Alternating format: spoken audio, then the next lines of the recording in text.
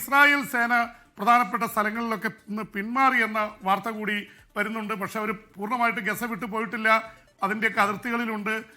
സൈന്യമുള്ളിടത്തേക്ക് ആൾക്കാരോട് പോകരുത് എന്നുള്ളൊരു മുന്നറിയിപ്പുണ്ട്. ഒരുപക്ഷെ സൈന്യത്തെ ആക്രമിക്കാൻ ചെല്ലുമെന്നുള്ള ഭയം കൊണ്ടാണെന്നറിയില്ല.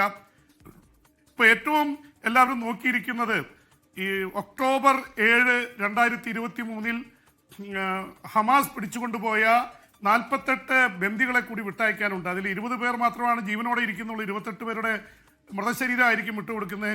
അത് വിട്ടുകൊടുക്കുന്നത് സംബന്ധിച്ചും അതുപോലെ തന്നെ ഈ ഇസ്രായേലിൻ്റെ ജയിലിൽ കിടക്കുന്ന 250 പലസ്തീൻ തടവുകാർ, അവർ ജീവപര്യന്തം തടവ് ശിക്ഷ അനുഭവിക്കുന്ന അവരുടെയൊക്കെ കുടുംബാംഗങ്ങൾ ഇവിടെ ഗസയിലും വെസ്റ്റ് ബാങ്കിലൊക്കെ ആയിട്ട് കാത്തിരിക്കുകയാണ്. അവരെ തിരിച്ചു കൊണ്ടുവരണം. അതുകൂടാതെ യുദ്ധം ആരംഭിച്ച സമയത്ത് അറസ്റ്റ് ചെയ്ത സാധാരണക്കാരായിട്ടുള്ള 1700-ലേറെ പേർ, അതിൽ 22 കുട്ടികളുമുണ്ട്, അവരെയൊക്കെ തിരിച്ചു വരുന്നതിനുള്ള ഒരുക്കങ്ങൾ പൂർത്തിയായി എന്ന വാർത്ത വരുന്നു.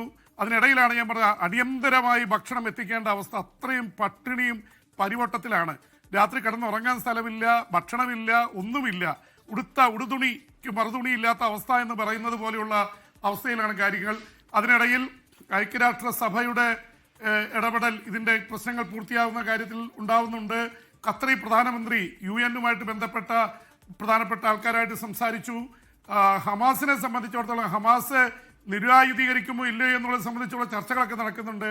എന്തായാലും ഇസ്രായേലി പ്രധാനമന്ത്രി ബെഞ്ചമിൻ നെതന്യാഹുവിൻ്റെ നേതൃത്വത്തിലുള്ള ഭരണകൂടം ഏതായാലും കരാറുകൾ പാലിക്കുമെന്ന് ഉറപ്പിച്ച് പറയുന്നുണ്ട്. ട്രംപ് അതിനിടയിൽ ഒരുപക്ഷെ നൊബേൽ സമ്മാനം കിട്ടാത്തതിൻ്റെ സങ്കടത്തിൽ കൂടിയാണ് ട്രംപ് ഇരിക്കുന്നത്.